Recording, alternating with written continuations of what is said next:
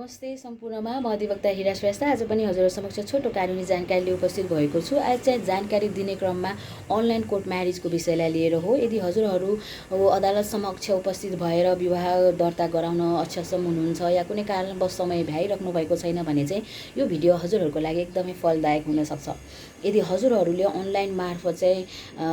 विवाह दर्ता गर्न चाहनु भइरहेको छ र यदि विवाह गर्न खोजिराख्नु भएको छ भने चाहिँ हजुरहरुले सर्वप्रथम विवाह दर्ता गर्नको लागि आवश्यक कागजातहरू तयार पार्नुपर्ने हुन्छ, जसमा चाहिँ हजुरहरुको 4वटा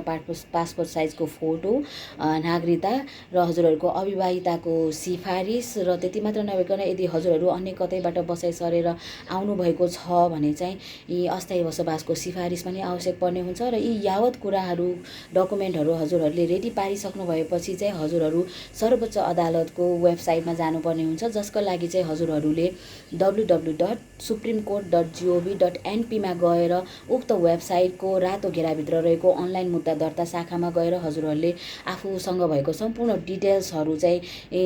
उक्त वेबसाइटमा अपलोड गर्नुपर्ने हुन्छ र उक्त अपलोड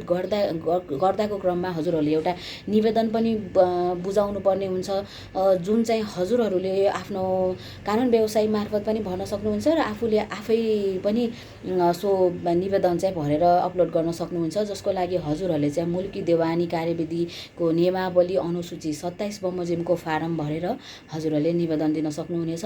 यदि हजुरहरुको यो सम्पूर्ण यावत कुराहरू भइसकेपछि चाहिँ हजुरहरुको विवाह दर्ता सम्पन्न हुन्छ र अदालत मार्फत नै हजुरहरुलाई लगइन गर्दा र हजुरहरुको उक्त विवाह दर्ताको सर्टिफिकेट आइसकेपछि पनि हजुरहरुलाई मेसेज कल आउने गर्दछ र उक्त मेसेज कल आइसकेपछि हजुरहरु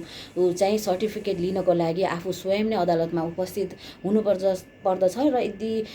उक्त सर्टिफिकेट लिनको लागि जब हजुरहरु उपस्थित हुनुहुन्छ तब चाहिँ हजुरहरुले जति पनि ओरिजिनल डकुमेन्टहरू छ सो कुरा चाहिँ हजुरहरुले अदालतमा लग्नुपर्ने हुन्छ र पासपोर्ट साइजको 4वटा फोटो चाहिँ लग्न नबिर्सनु होला। हस्त, धन्यवाद।